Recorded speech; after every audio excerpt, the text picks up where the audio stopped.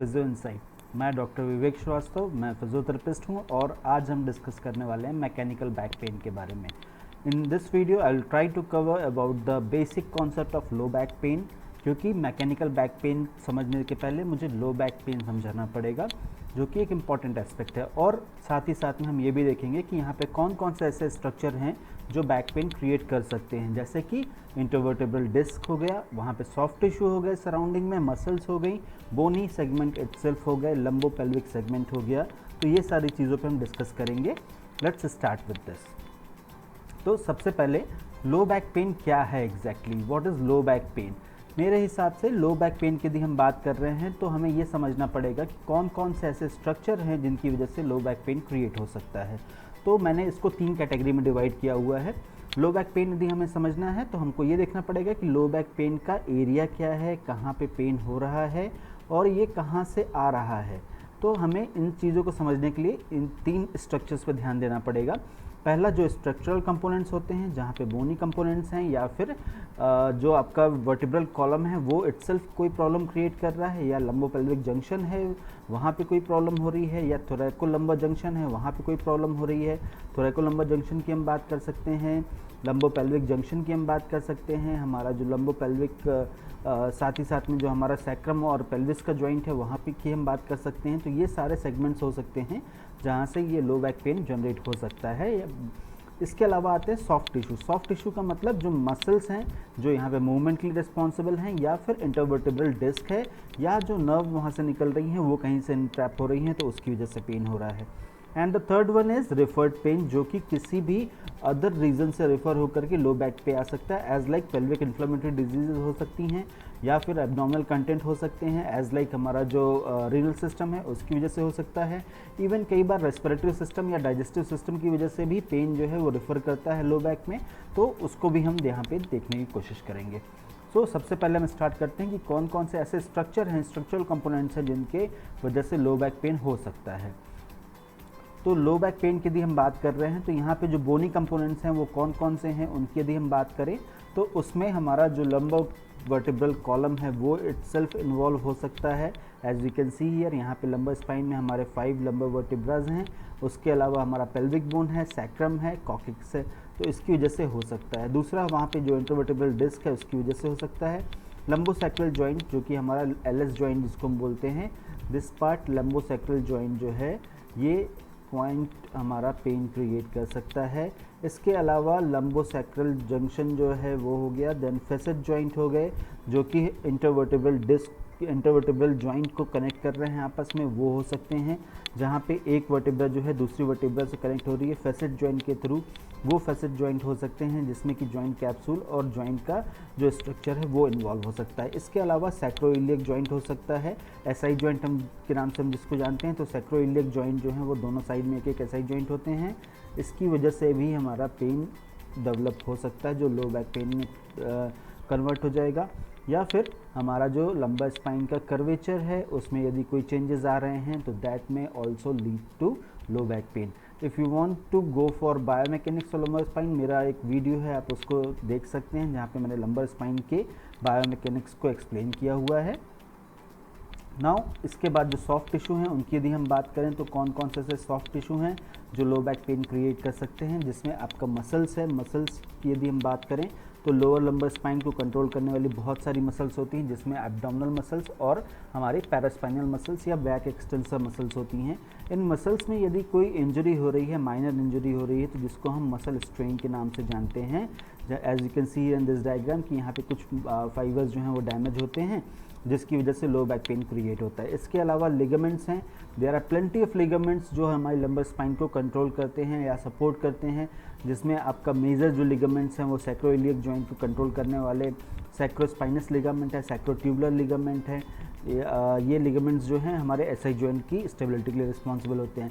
इसके बाद आते हैं इलियोलंबर लिगामेंट, जो लंबर वर्टिब्रा को इलियम से कनेक्ट करते हैं।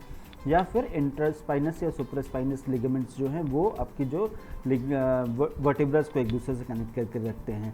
तो ये सारे लिगामेंट में भी इंजरी होने की वजह से वहाँ पे बैक पेन क्रिएट हो सकता है। देन इंटरवर्टेब्रल डिस्क की बात करें यदि, तो इंटरवर्टेब्रल डिस्क जो है वो एक, इसके स्ट्रक्चर को मैं बताऊं आपको, तो it has two parts mainly, one is nucleus pulposus which is a central part and it's a jelly like structure, जिसका आउटर पार्ट जो है वो एनुलस फाइब्रोसिस होता है जो कि एक सॉलिड पार्ट होता है।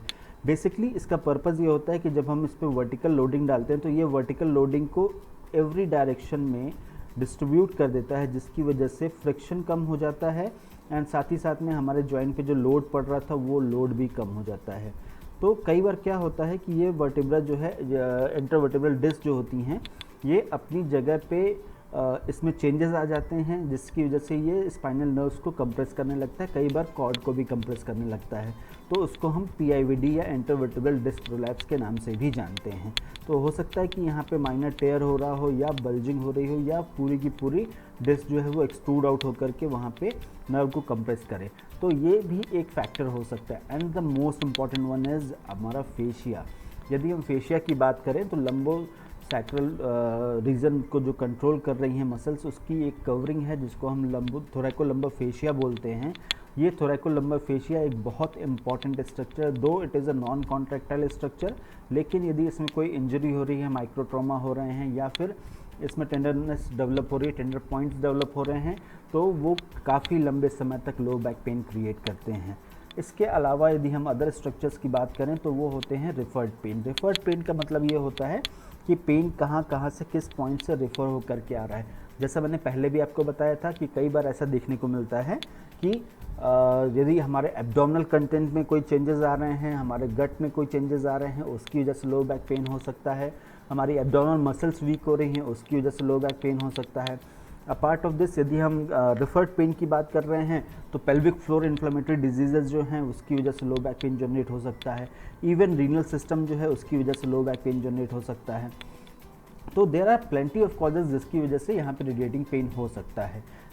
अब कुछ हम कॉमनली डायग्नोज कंडीशन के बारे में बात कर लेते हैं जो कि हमें लंबर स्पाइन की कंडीशन में देखने को मिलती है, लो बैक पेन की कंडीशन में देखने को मिलती हैं, जिसमें सबसे पहले आता है lumbar spondylosis. Spondylosis is degenerative changes जिसकी वजह से वहाँ पे हमारे लंबर वर्टिब्रास में डिजेनरेटिव चेंजेस होते हैं एंड उसकी वजह से मैकेनिकल बैक पेन या आपका डिजेनरेटिव चेंजेस की वजह से जो पेन हो रहा है वो वहाँ पे प्रेजेंट हो सकता है।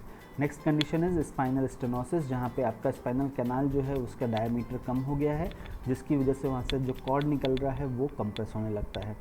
इसके बाद आता है इंटरवर्टिब्रल डिस्क प्रोलैप्स, PIVD के नाम से जिसको हम जानते हैं या IVDP के नाम से भी जानते हैं। Then comes the sciatica. Sciatica term जो है वो बहुत वेग टर्म है, बट दो यदि सियाटिक नर्व का कंप्रेशन हो रहा है किसी भी लेवल पे तो हम उसको सियाटिका के नाम से जानते हैं। राइट नाउ इस टर्म पे हम बहुत ज़्यादा रिलाई नहीं करते हैं, सियाटिका टर्म जो है अब उसकी जगह पे हम डिटेल एग्जामिनेशन करके हम उसके कॉज पे फोकस करते हैं। Then comes the lumbosacral strain. यदि लंबोसैक्रल रीजन में कोई स्ट्रेन डेवलप हो रहा है तो हम उसकी वजह से लो बैक पेन हो सकता है। लंबैगो मस्कुलर कंडीशन है, यदि मसल्स में कोई चेंजेस आ रहे हैं तो we call it lumbago. Altered structure normally यदि वहाँ पे जो स्ट्रक्चर, जैसे कि मैंने भी बताया आपको कि यदि कोई स्ट्रक्चर में चेंजेस आ रहे हैं तो उसको हम अल्टर्ड स्ट्रक्चर नॉर्मली बोलते हैं। मसल पुल हो गया, लिगामेंट स्ट्रेन हो गया, या फिर हमारा लंबर स्पॉन्डिलोलिस्थेसिस हो गया। लिस्थेसिस इज समथिंग जहाँ पे हमारी लंबर वर्टिब्रा जो है वो एडजेसेंट वर्टिब्रा के ऊपर स्लिप हो जाती है एंड उसको हम लंबर स्पॉन्डिलोलिस्थेसिस बोलते हैं। SI joint dysfunction is a major cause of low back pain. मेरे हिसाब से यदि हम लो बैक पेन की बात कर रहे हैं तो out of every low back pen 60% cases में आपको SI जॉइंट डिस्फंक्शन जो है वो देखने को मिल सकता है। कई ऑथर्स जो हैं वो 50%, 40% या 60% बोलते हैं। मेरे हिसाब से whatever cases I have seen उसमें 60% केसेज जो हैं लो बैक पेन के that is because of SI joint dysfunction. Facet joint arthropathy हो सकती है, पायरिफॉर्मस सिंड्रोम हो सकता है, अगेन अ मस्कुलर कंडीशन, लेकिन ये लो बैक पेन क्रिएट कर सकता है। Lower cross syndrome one very important topic जो मैं आगे कभी डिस्कस करने की कोशिश करूँगा, क्योंकि ये एक ऐसा टॉपिक है जो अभी तक अनटच्ड है, जिस पे बहुत ज़्यादा फोकस करने की ज़रूरत है। बीइंग अ फिजियोथेरेपिस्ट मुझे लगता है कि SI joint dysfunction and lower cross syndrome and third one is thoracolumbar fascia, इन तीनों पॉइंट पे भी हम फोकस करते हैं तो हम काफ़ी हद तक अपने लो बैक पेन को हम असेस कर सकते हैं एंड अकॉर्डिंगली हम ट्रीट कर सकते हैं। नाउ लेट्स सी कि हम कैसे डिफ्रेंशिएट कर सकते हैं पेन में, और उसके हिसाब से जो हिस्ट्री प्रेजेंट हो रही है उसके हिसाब से हम कंडीशन में कैसे डिफ्रेंशिएट कर सकते हैं। तो सबसे इम्पॉर्टेंट पॉइंट जो है that is history of pain. History of pain का मतलब दोस्तों यहाँ पे ये है कि पेन कैसे स्टार्ट हुआ। हाउ दिस पेन स्टार्टेड, कब हुआ, कैसे हुआ ये, या फिर जब पेन हुआ उस समय पे किस तरह की एक्टिविटी कर रहे थे, ये सारी चीज़ें जो हैं ये आपके हिस्ट्री ऑफ पेन में आ जाती हैं। Then the next one is pain pattern. Pattern क्या था पेन का, आप क्या एक्टिविटी परफॉर्म कर रहे थे जब आपको ये पेन हुआ, या फिर पेन जो है वो किस समय पे होता है, मॉर्निंग में होता है, शाम को होता है, रात में सोने के समय होता है। ये सारी चीज़ें हमें इस तरीके से इंडिकेशन दे सकती हैं। इफ़ पेशेंट सेज कि उसको मॉर्निंग पेन हो रहा है, दैट मीन्स कि वहाँ पे जो इन्फ्लामेटरी प्रोसेस है, एक्टिव इन्फ्लामेशन है, तो एक्टिव इन्फ्लामेशन को हम देख सकते हैं। या फिर या पेशेंट हमको ये बोलता है कि आफ्टरनून में पेन हो रहा है, तो that means this is mechanical, जहाँ पे वो कुछ एक्टिविटी परफॉर्म कर रहा है, एक्टिविटी रिलेटेड पेन है। या फिर पेशेंट हमें ये बोलता है कि रात में जब मैं सोने जाता हूँ सिर्फ उस समय पेन होता है। तो रात में यदि पेन हो रहा है तो उसका पर्पज़ ये हो सकता है, उसका रीज़न ये हो सकता है कि थ्रू आउट द डे जो उसने फिजिकल एक्टिविटी की है उसकी वजह से जो स्ट्रेन हुआ है that is leading to pain. तो ये सारे पैटर्न ऑफ पेन से हमें पता चल सकता है कि वो किस तरह का उसको पेन हो रहा है या क्या कॉजेज़ हो सकते हैं। अपार्ट ऑफ दिस पेन का क्या पैटर्न है, क्या टाइप है, टाइप ऑफ पेन भी एक बहुत इंपॉर्टेंट एस्पेक्ट होता है कि पेन जो है वो एक्सक्रूटिंग पेन है, स्टैबिंग पेन है, पिंचिंग पेन है, बर्निंग सेंसेशन है। तो ये सारे चीज़ें जो हैं ये अलग अलग कंडीशन के बारे में इंडिकेशन देती हैं, जिनको मैं आगे फर्दर डिस्कस करता रहूँगा। नाउ नेक्स्ट पॉइंट इज़ कि अल्टरेशन इन बायोमैकेनिक्स। यदि बायोमैकेनिक्स में कोई चेंजेस आए हैं तो उसकी वजह से कैसे पेन को हम असेस करें। यदि हम अपनी लंबर स्पाइन की बायोमैकेनिक्स को देखें तो उसमें यदि कोई चेंजेस आ रहे हैं तो we need to correct that biomechanics first. हो सकता है आपका पेशेंट जो आए वो बोले कि मुझे पहले अभी नी जॉइंट में पेन स्टार्ट हुआ था, फॉर लास्ट फ्यू डेज़ मुझे अभी लो बैक पेन जनरेट हो रहा है, तो वो भी एक फैक्टर हो सकता है जिसको हमको एड्रेस करना पड़ेगा। Until unless you correct the biomechanics of lower limb, आप लो बैक पेन को करेक्ट नहीं कर पाएंगे। या फिर हो सकता है कि शोल्डर की कोई प्रॉब्लम हो रही है, अपर थोरेसिक रीजन में कोई प्रॉब्लम हो रही है जिसकी वजह से लो बैक पेन जनरेट हो रहा है। देयर आर रिसर्च जो प्रपोज करती हैं कि लेवेटर स्कैपुलरी मसल की टाइटनेस जो है वो लो बैक पेन क्रिएट कर सकती है। पटेला डिरेंजमेंट सिंड्रोम जो है वो लो बैक पेन क्रिएट कर सकता है। तो इन सारी चीज़ों को हमें ध्यान में रख करके बायोमैकेनिक्स पे पहले फोकस करना पड़ेगा। इसके बाद आती है एग्रीवेटिंग एंड रिलीविंग फैक्टर्स। कौन से ऐसे फैक्टर हैं जिसकी वजह से पेन इम्प्रूव हो रहा है या पेन वर्स हो रहा है। Through out the day activity करने के बाद पेन बढ़ रहा है, या मॉर्निंग में सो करके उठने के बाद कुछ देर एक्टिविटी करने के बाद पेन कम हो जा रहा है। तो इस टाइप की चीज़ों को हमको ध्यान में रखना पड़ेगा। फॉरवर्ड बेंडिंग जो है वो पेन को एग्रीवेट कर रहा है या एक्सटेंशन पेन को एग्रीवेट कर रहा है। ये सारी चीज़ों के बेसिस पे हम डिफ्रेंशिएट कर सकते हैं कि पेन कहाँ से ओरिजिनेट हो रहा है और उसके ट्रीटमेंट में हमें किन किन चीज़ों को ध्यान देना पड़ेगा। Now the next point is general health. General health ये एक बहुत इंपॉर्टेंट एस्पेक्ट है जिसको हम मिस नहीं कर सकते हैं। रीज़न बीइंग कि यदि हमारे पेशेंट की जनरल फिजिकल कंडीशन ही अच्छी नहीं है, उसके बॉडी में न्यूट्रिशन नहीं है प्रॉपरली, आप कितनी भी रिहेबिलिटेशन करें, आप कितना भी उसको ट्रीटमेंट प्रोवाइड करें, यदि प्रॉपर न्यूट्रिशन नहीं है तो आपको हीलिंग होने में बहुत टाइम लगेगा। मसल्स हील नहीं होंगी, मसल की स्ट्रेंथ इंप्रूव नहीं होगी। So that's why general health is very important aspect. Patient हमारा साइकोलॉजिकली डिप्रेस्ड है, एंटी डिप्रेसेंट मेडिसिन के ऊपर है, तो मसल्स डेफिनेटली वीक होंगी। In these type of conditions you need to address first general health, उसके बाद हम लो बैक पेन पे फोकस करेंगे। इसके बाद आता है ऑक्यूपेशन। किस टाइप की ऑक्यूपेशन हैबिट है पेशेंट की, उसका सिटिंग जॉब है, सेडेंट्री वर्क है, या साथ ही साथ में पेशेंट जो है वो जब वर्क करने जा रहा है तो किस तरह के एटमॉस्फेयर में काम कर रहा है, उसका कम्यूट क्या था, किस तरीके से वो अपने ऑफिस पहुंच रहा है। ये सारी चीज़ों को असेस करना हमारा एक इम्पॉर्टेंट एस्पेक्ट हो जाता है। साथ ही साथ में वर्क एर्गोनॉमिक्स जो है वो एक बहुत बड़ा पॉइंट है जिसको हम नहीं मिस कर सकते।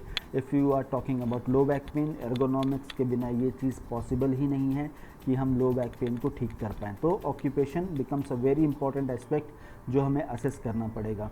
लाइफ स्टाइल की यदि हम बात करें तो हमारा पेशेंट की लाइफ स्टाइल कैसी है, सेडेंट्री है या फिज़िकल एक्टिविटी थोड़ा बहुत करता है, या फिर स्पोर्ट पर्सन है जहाँ पे moderate amount of physical activity वो परफॉर्म कर रहा है।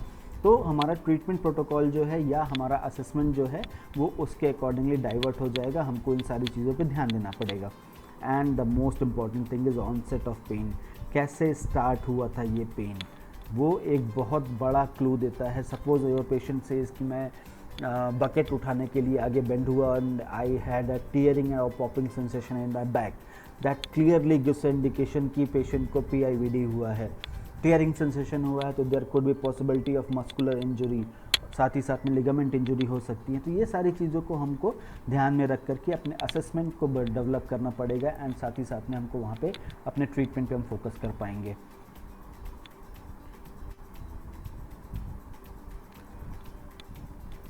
Now friends, let's discuss about mechanical back pen. क्या है मैकेनिकल बैक पेन? सबसे इम्पॉर्टेंट चीज़ मैकेनिकल बैक पेन में, it varies with physical activity. जैसी आपकी फिजिकल एक्टिविटी रहेगी उसके अकॉर्डिंगली बैक पेन रहेगा। Some day patient will say कि आज मुझे कोई पेन नहीं है, खुद नेक्स्ट डे पेशेंट आकर के बोलेगा today I am a bit in pen और समथिंग। तो ये चीज़ें हो सकती हैं जिसको हमें ध्यान में रखना पड़ेगा। मैकेनिकल बैक पेन को समझना पड़ेगा, मैकेनिकल बैक पेन को असेस करना पड़ेगा, उसके कॉजेज़ को असेस करना पड़ेगा एंड ये तभी हो सकता है जब हम प्रॉपरली बायोमैकेनिक्स को समझें, जो हमारी लंबर स्पाइन की मैकेनिक्स है उसको हम समझें, या हमारे जो थोरैसिक स्पाइन की मसल्स मैकेनिक्स है उसको हम समझें, या हमारे पेल्विस की जो मैकेनिक्स है उसको हम समझें, हमारे हिप जॉइंट को हम समझते हैं, हमारे अदर बॉडी पार्ट्स को जब हम समझते हैं देन ओनली हम मैकेनिकल बैक पेन को प्रॉपरली असेस कर सकते हैं एंड उसका ट्रीटमेंट हम कर सकते हैं।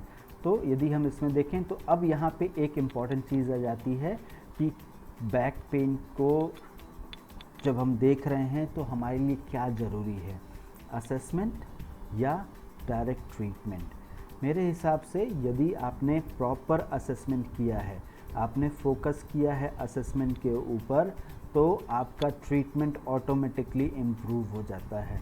Once you have listed out what is the exact problem, आपका ट्रीटमेंट ऑटोमेटिकली इम्प्रूव हो जाता है।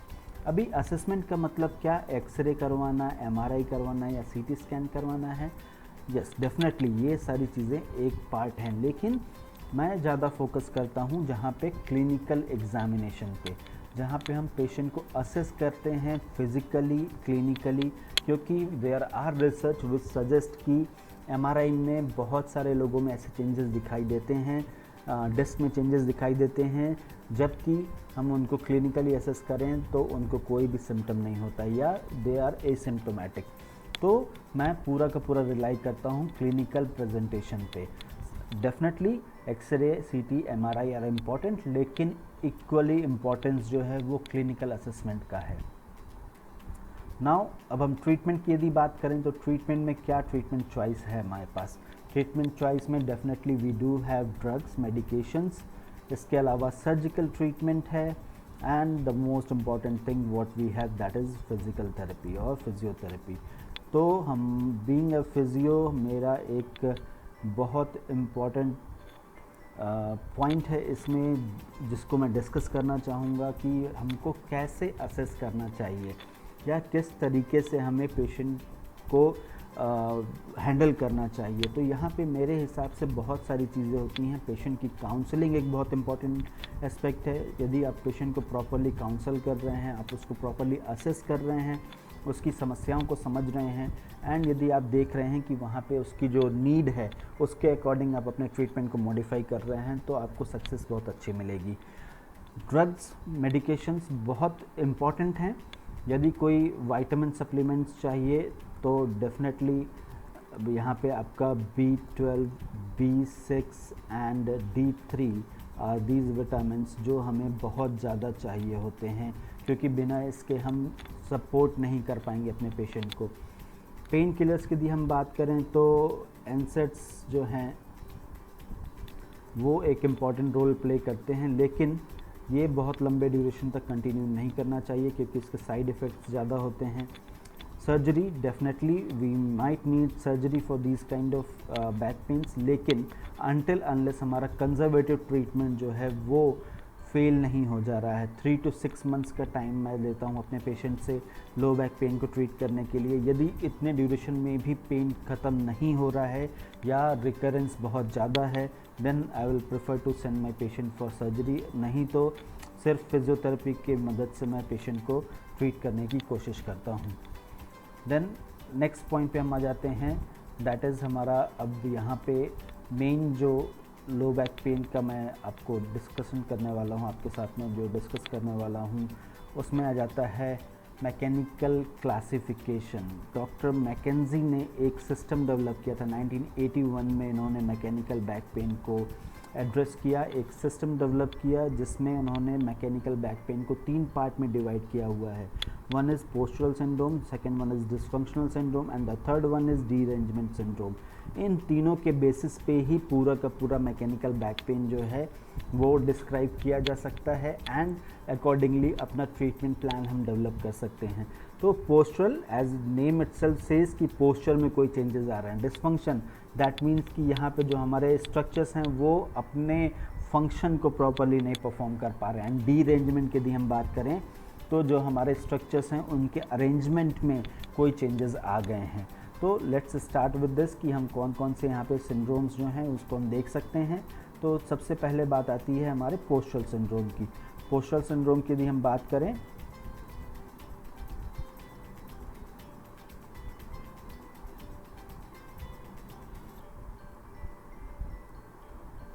तो एज़ वी नो हमारी बॉडी में जो पोस्चर है उसमें कौन कौन से नॉर्मल पोस्चर होते हैं। नॉर्मल पोस्चर की यदि हम बात करें तो हमारे बॉडी में 3 पोस्चर हमें देखने को मिलते हैं, 3 कर्वेचर्स हमें देखने को मिलते हैं बेसिकली। एक हमारी लंबर स्पाइन में लॉर्डोटिक कर्वेचर होता है, थोरैसिक स्पाइन में काइफोटिक कर्वेचर होता है एंड अगेन सर्वाइकल स्पाइन में लॉर्डोटिक कर्वेचर होता है। तो ये 3 बेसिक कर्वेचर्स हैं। इनको मैंने अपने वीडियो में पिछले वीडियो में लो बैक बायोमैकेनिक्स में, लंबर स्पाइन बायोमैकेनिक्स में मैंने एक्सप्लेन किया हुआ है, आप चाहें तो वहाँ पे देख सकते हैं। इन नॉर्मल कर्वेचर्स में यदि कोई चेंजेस आ रहा है तो उसको हम किस तरीके से एड्रेस करते हैं। यदि हमारी लंबर स्पाइन का जो कर्वेचर है वो इंक्रीज़ हो जा रहा है, एक्सेजरेट हो जा रहा है, तो then we call it lumbar lordosis, hyper lordotic spine. या फिर काइफोसिस हो सकता है जहाँ पे थोरैसिक स्पाइन का कर्वेचर जो है वो इंक्रीज़ हो जा रहा है। या फिर स्कोलियोसिस हो सकता है जो कि हम पोस्टीरियर एंटीरियर व्यू में यदि देखते हैं तो यदि हमारी लंबर स्पाइन जो कि स्ट्रेट होनी चाहिए थी उसमें यदि उसके स्ट्रक्चर में यदि कोई चेंजेस आ रहे हैं, उसमें कोई डिविएशन हमें दिखाई दे रहा है, तो that we call it scoliosis. इन तीनों ही कंडीशन को अपार्ट ऑफ दिस एक और जो कंडीशन है दैट इज़ फ्लैट बैक, जहाँ पे हमारा लंबर लॉर्डोसिस जो है वो रिवर्स होने लगता है एंड हमारी बैक जो है वो स्ट्रेट होने लगती है, that is known as flat back condition. तो इन तीनों कंडीशन, चारों कंडीशन को असेस करके प्रॉपरली उसके अकॉर्डिंगली उसका ट्रीटमेंट प्लान डिसाइड करना, दैट इज़ द की। आप यदि इस चीज़ पे फोकस करते हैं तो आपका ट्रीटमेंट ऑटोमेटिकली इम्प्रूव हो जाता है। Now the next one comes is that is dysfunctional syndrome. यदि हम डिस्फंक्शनल सिंड्रोम की बात कर रहे हैं तो डिस्फंक्शनल सिंड्रोम में हमें समझना पड़ेगा कि जैसा कि हम इस डायग्राम में देख सकते हैं कि यदि किसी भी मसल्स में जो कि आपकी लंबर स्पाइन से लेकर के आपके सर्वाइकल स्पाइन तक मूवमेंट को कंट्रोल कर रही है, जिसमें आपकी स्कैपुलर मसल्स भी हैं, आपके शोल्डर गडल की मसल्स भी हैं, आपके पेल्विक की भी मसल्स हैं, आपके लंबो पेल्विक मूवमेंट जो है, रिदम जो है उसकी जो मसल्स है कंट्रोल करने वाली, एब्डोमिनल मसल्स हैं, उसमें कोई चेंजेस आ रहे हैं तो उसकी वजह से जो मूवमेंट डिसऑर्डर जनरेट हो रहा है that is known as dysfunctional syndrome. या फिर हमारा जो एसआई जॉइंट है उसमें कोई चेंजेस आ रहे हैं तो that is known as dysfunctional syndrome, जिसमें कॉमनली जो हमें अप स्लिप या down slip of SI joint देखने को मिलता है एंड साथ ही साथ में इन फ्लेयरिंग और आउट फ्लेयरिंग जो है वो हमें देखने को मिलता है। तो ये सारे कंडीशंस जो हैं जहाँ पे मूवमेंट में चेंजेस आ रहे हैं, जॉइंट मूवमेंट में चेंजेस आ रहे हैं एसआई जॉइंट के, उसकी वजह से कोई चेंजेस यदि देखने को मिल रहे हैं तो this condition is known as dysfunctional syndrome. Then the next one is हमारा जहाँ पे हम डीरेंजमेंट सिंड्रोम की बात कर रहे थे। डीरेंजमेंट सिंड्रोम की यदि हम बात करें तो डीरेंजमेंट सिंड्रोम में आप यहाँ पे देख सकते हैं कि यहाँ पे जो मैंने सबसे पहले इंटरवर्टेबल डिस्क प्रोलैप्स के बारे में बात किया था, तो ये डिस्क का हर्निएट होना और नर्व को कंप्रेस करना, इस टाइप की जो चेंजेस आ रहे हैं, these changes are known as derangement syndromes. तो यहाँ पे यदि डिस्क में कोई चेंजेस आए हैं, बोनी स्ट्रक्चर में कोई चेंजेस आ रहे हैं, डीजनरेटिव चेंजेस हो रही हैं, these are under the derangement syndrome. So this is all about आपका जो मैकेनिकल बैक पेन है। एंड नेक्स्ट वीडियो में मैं ट्राई करूँगा कि आपको इसके ट्रीटमेंट के बारे में मैं बता सकूँ। राइट नाउ इतना ही रहेगा। Thank you very much.